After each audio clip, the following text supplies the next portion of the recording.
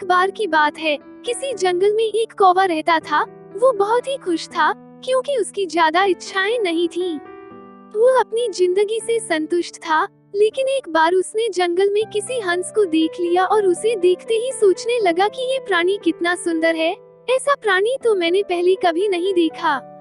इतना साफ और सफेद, ये तो इस जंगल में औरों से बहुत सफेद और सुंदर है, इसलिए यह तो बहुत खुश रहता होगा। कौवा हंस के पास गया और पूछा, भाई तुम इतने सुंदर हो, इसलिए तुम बहुत खुश होगे। इस पर हंस ने जवाब दिया, हाँ मैं पहले बहुत खुश रहता था, जब तक मैंने तोते को नहीं देखा था। उसे देखने के बाद से लगता है कि तोता धरती का सबसे सुंदर प्राणी है। हम दोनों के शरीर का तो एक ही रंग है, लेकिन तोते के शरीर पर दो दो रंग है। उसके गले में लाल रंग का घेरा और वो सूरखरी रंग का था। सच में वो बेहद खूबसूरत था। अब कौवे ने सोचा कि हंस तो तोते को सबसे सुंदर बता रहा है, तो फिर उसे देखना होगा। कौवा तोते के पास गया और पूछा, भाई तुम दो दो रंग पाकर बड़े खुश होगे। इस पर तोते ने कहा, हाँ मैं तब तक खुश था जब तक मैंने मोर को नहीं देखा था। मेरे पास तो दो ही रंग हैं, लेकिन मोर के शरीर पर तो कई तरह के रंग हैं।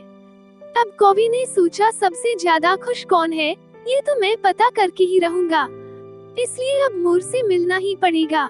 कौवे ने मोर को जंगल में ढूंढा, लेकिन उसे पूरे जंगल में एक भी मोर नहीं मिला और मोर को ढूंढते ढूंढते वह चिड़ियाघर में पहुंच गया तो देखा मोर को देखने बहुत से लोग आए हुए हैं और उसके आसपास अच्छी खासी भीड़ है।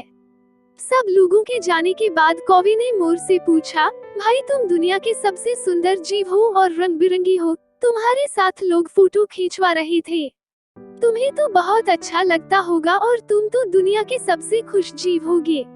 इस पर मोर ने दुखी होते हुए कहा, भाई अगर सुंदर हूँ तो भी क्या फर्क पड़ता है, मुझे लोग इस चिड़ियाघर में कैद करके रखते हैं, लेकिन तुम्हें तो कोई चिड़ियाघर में कैद करके नहीं रखता और तुम जहाँ चाहो अपनी मर्जी से घूम फिर सकते हो। इसलिए दुनिया के सबसे संतुष्ट और खुश जीव तो तुम्हें होना चाहिए, क्योंकि तुम आजाद रहते हो। कौवा हैरान रह गया, क्योंकि उसके जीवन की अहमियत कोई दूसरा बता गया। दोस्तों, ऐसा ही हम लोग भी करते हैं।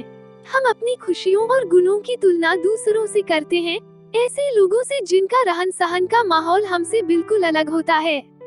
हमारी जिंदगी में बहुत सारी ऐसी चीजें होती हैं जो केवल हमारे पास हैं, लेकिन हम उसकी अहमियत समझकर खुश नहीं होते।